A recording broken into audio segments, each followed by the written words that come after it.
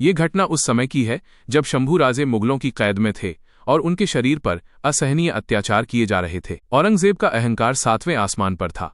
उसने तय किया कि वो अपनी पूरी सेना, वजीरों और विदेशी राजदूतों के सामने संभाजी महाराज के आत्मसमर्पण का तमाशा बनाएगा।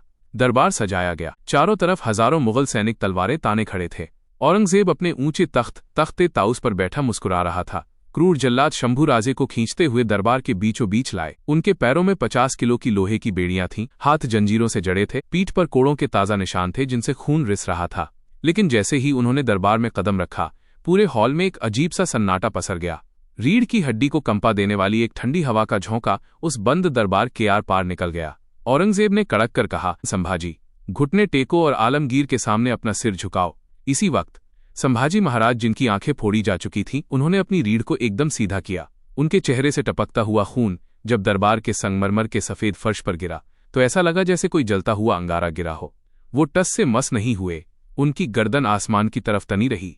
क्रोधित होकर 4 भारी भरकम मुगल सिपाही आगे बढ़े और उन्होंने शंभूराजे के कंधों पर अपने घुटने टेककर उन्हें नीचे झुकाने की पूरी ताकत लगा दी।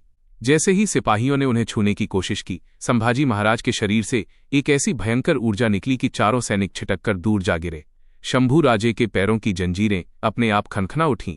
उनके कटे हुए गले से एक ऐसी हुंकार निकली जिसने दरबार के झूमरों को हिलाकर रख दिया। औरंगजेब डर के मारे अपने तख्त पर खड़ा हो गया। उसने चिल्लाकर अपने सबसे वफादार वजीर काली कुली खान से कहा, इसे झुकाओ, चाहे इसके पैर काट दो, लेकिन इसका सिर मेरे कदमों में होना चाहिए। काली कुली खान अपनी भारी गदा लेकर आगे बढ़ा और उसने पूरी ताकत से संभाजी महाराज के घुटनों पर वार किया। हड्डी टूटने की भयानक आवाज आई, लेकिन संभाजी महाराज गिरे नहीं।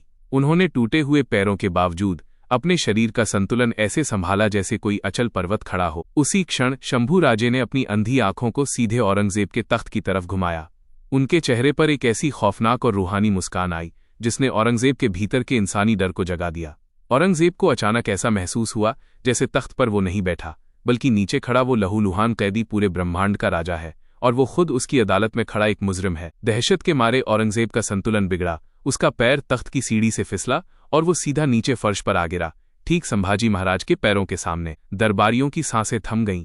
जो शहंशाह दुनिया को अपने कदमों में झुकाने निकला था, वो खुद अनजाने में ही सही, पर उस मराठा शेर के पैरों में सजदा कर चुका था। अपमान और डर से कांपते हुए औरंगजेब ने उठकर चिल्लाते हुए कहा, इसे यहाँ से ले जाओ, इसे मेरी नजरों के सामने से हटाओ। ये इंसान नहीं है, ये साक्षात मौत है। जंजीरें और बेड़ियां शंभूराजे के जिस्म को जकड़े हुए थीं, लेकिन उस दिन मुगल सल्तनत का शहंशाह खुद अपने ही डर की अदृश्य जंजीरों में कैद हो चुका था। इतिहास गवाह है, उस दिन के बाद औरंगजेब ने कभी भी संभाजी महाराज की आंखों में आंखें डालने की जुर्रत नहीं की।